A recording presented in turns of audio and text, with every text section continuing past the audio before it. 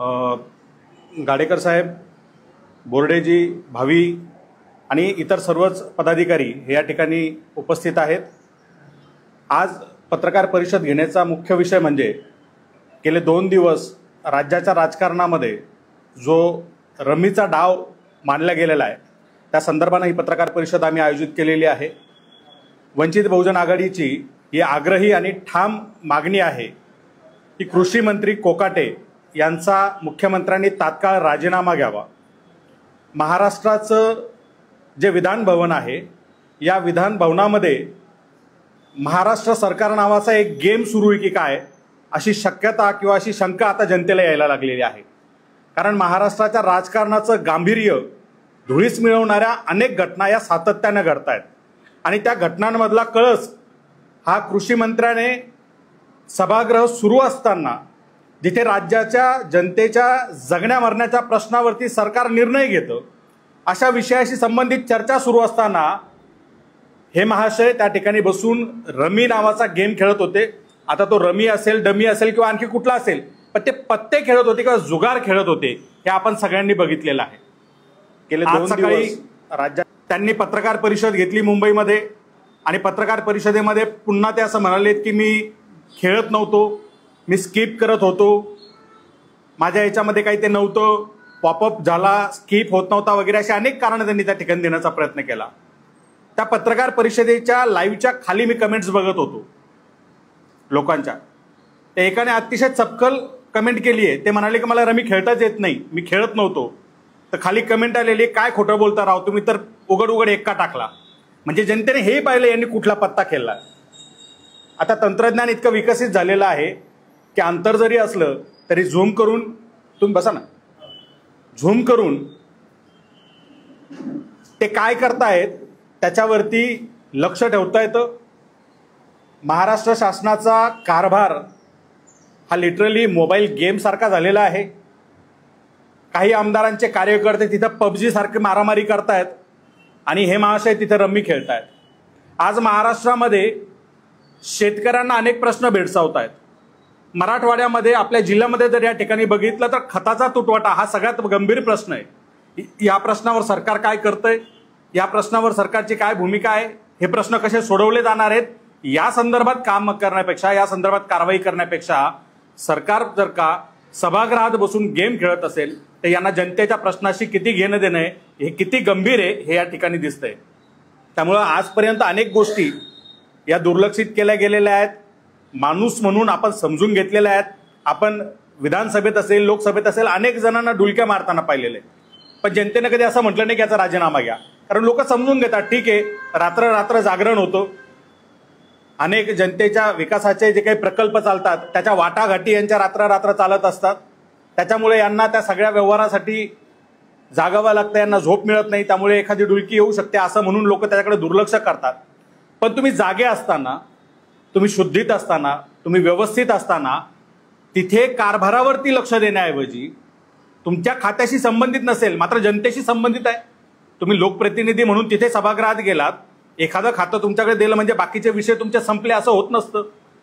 त्या ठिकाणी लक्ष देण्याऐवजी माणिकराव कोकाटे हे पत्त्याचा डाव मांडून बसलेले पाहिले। आता ते म्हणतायत की मी खेळत नव्हतो, मी सरकारला पत्र देणार आहे की याची चौकशी करा आणि विरोधकांना ज्यांनी माझ्यावर आरोप केले त्यांना मी नोटीस पाठवणार आहे वगैरे। तर माझं असं म्हणणं आहे की पुढच्या अधिवेशनाची वाट पाहण्यापेक्षा विधानमंडळात लागलेले CCTV जे आहेत त्याचं फुटेज काढावं अध्यक्षांनी, ज्यांनी कुणी हे व्हिडिओ शूट केलेले आहेत त्यांच्याकडनं पूर्ण फुटेज मागवावं आणि दूध का दूध पाणी का पाणी हे खेळत होते की नव्हते हे त्या ठिकाणी सिद्ध करावं आणि तातडीने त्यांच्यावर कारवाई करावी। जे काही 2-3 व्हिडिओ विरोधी पक्षातील आमदारांनी, पत्रकारांनी जनतेसमोर आणलेले आहेत त्या व्हिडिओला पाहून तरी स्पष्ट दिसतंय की हे खेळत होते। कारण ते एकच कारण देतात की मी स्किप करत होतो तो पॉपअप झाल्यावर। आता स्किप करताना मोबाईलच्या एकतर या कोपऱ्यामध्ये स्किपचं बटन येतं किंवा इकडे खाली बटन येतं किंवा या बाजूला बटन येतं, मग आपण स्किप करतो, ॲड स्किप करायचा किंवा काय आलं तर। पत्त्यावरती स्किपचं बटन नसतं माणिकराव, पत्त्यावरती पत्ते निवडायचे असतात, ते टाकायचे असतात, त्यासाठी क्लिक केलं जात असतं।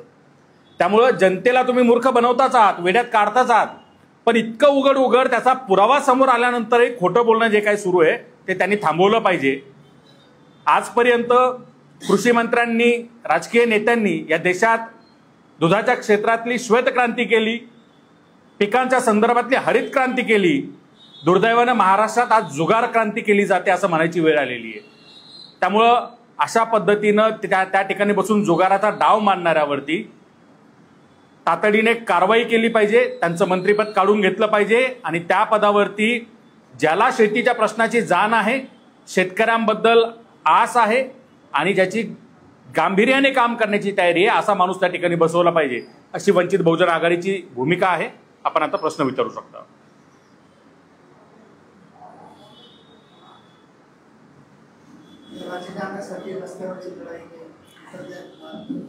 नाही, आम्ही आता सगळेच म्हणजे रस्त्यावरची लढाईपेक्षा सभागृहामध्ये तिथे विरोधक मागणी करतायत, बाहेरून रस्त्यावरती आम्ही मागणी करतोय. आज मुख्यमंत्री आणि उपमुख्यमंत्री दोघांचा वाढदिवस आहे.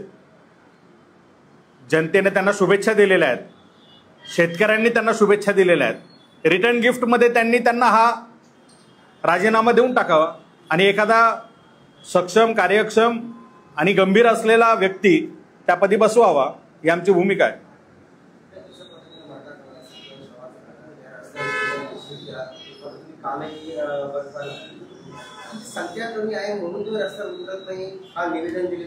मुद्दा असा आहे की रस्त्यावर उतरून संख्या दाखवायची किंवा ताकद दाखवायची, संख्याबळ दाखवायचं, त्याची स्पर्धा करायची ही गोष्ट नाहीये.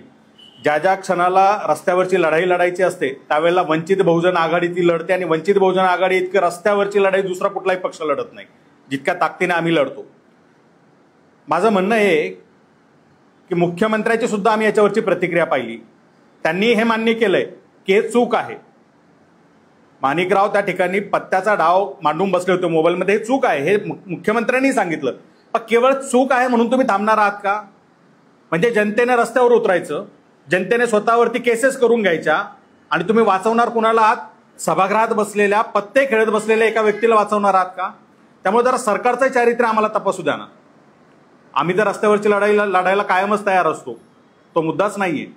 ज्या पद्धतीनं वेगवेगळ्या संघटना मागणी करतायत आणि सरकार पक्षातले लोक त्यांच्या अंगावर जात आहेत, हे पाहता हे सरकार आहे की गुंडशाही आहे याची जराशी चव जनतेलाही कळू द्या. जनताही पाहते, त्यामुळे जनतेलाही निर्णय घ्यायला सोपं होईल. तुम्ही बघा, त्या घटनेचं कोणी समर्थन करत नाही, सत्ताधारी समर्थन करत नाही, विरोधक नाहीच नाही, सत्ताधारी करत नाही. मात्र विषय काय येतो की माझा प्रश्न असला की एक समाज, मराठा समाज असेल किंवा समाज संघटना रस्त्यावर उतरून हे करतात, मात्र तुमची छावा किंवा इतर संघटना रस्त्यावर कधी उतरल्यात? जेव्हा छावा संघटनेच्या अध्यक्षावर हल्ला झाला, त्याच्या आधी रस्त्यावर उतरून आंदोलनं झाली नाही. त्या मारहाणीच्या विरोधामध्ये ते सगळे रस्त्यावर उतरलेले आहेत आणि त्यांच्या मागणीला आमचं पूर्ण समर्थन आहे. ज्या पद्धतीनं ती मारहाण झालेली ती निषेधार्ह आहे. हा सत्तेचा माज आहे आणि हा माज उतरवलाच पाहिजे. त्यामुळं छावाचे जे पदाधिकारी आहे ज्यांना मारहाण झाली त्याचा आम्ही निषेध करतो आणि त्यांच्या ज्या मागण्या आहेत त्यातली प्रमुख मागणी जी होती ती हीच होती की पहिले कृषी मंत्र्याचा राजीनामा घ्या. आजही ते लोक हेच म्हणतात. सूरज चव्हाणच्या राजीनाम्यावरती ते समाधानी नाही आहेत ना, आम्ही समाधानी आहोत. आमचं म्हणणं आहे की विषय कुठे सुरू झालाय तर सभागृहात बसून पत्त्याचा डाव मांडण्यावर सुरू झालेला आहे. त्यामुळे सरकारने तातडीने त्याचा राजीनामा घ्यावा ही आमची मागणी आहे.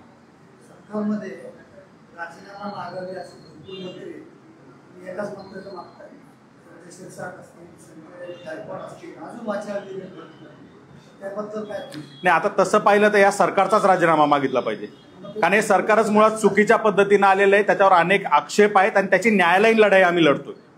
76 लाख मतदान जे झालेलं आहे त्याचा हिशोब अजून लागलेला नाहीये आणि त्याच्या संदर्भातले पुरावे देण्याचे जे कायदे होते ते कायदे सुद्धा तातडीने रातोरात बदलण्याचं काम केंद्र सरकार करतंय, राज्य सरकार करतंय.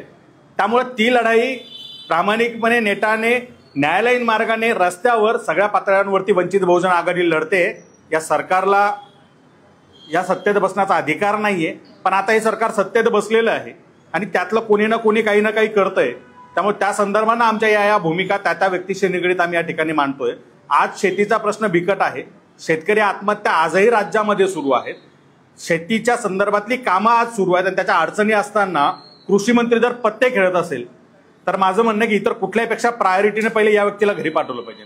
त्याला पूर्ण वेळ मोकळीक भेटली पाहिजे रमी खेळण्यासाठी. 24 तास घ्या आणि रमी खेळत बसा. आमचं काही म्हणणं नाही. फक्त सभागृहात बसून मंत्रिपदावर बसून तुम्ही पत्ते नका खेळू. तुम्ही पत्ते नाही खेळत, तिथे बसून तुम्ही जनतेच्या जीवाशी खेळतात. तुम्हाला गांभीर्य नाही त्याचा.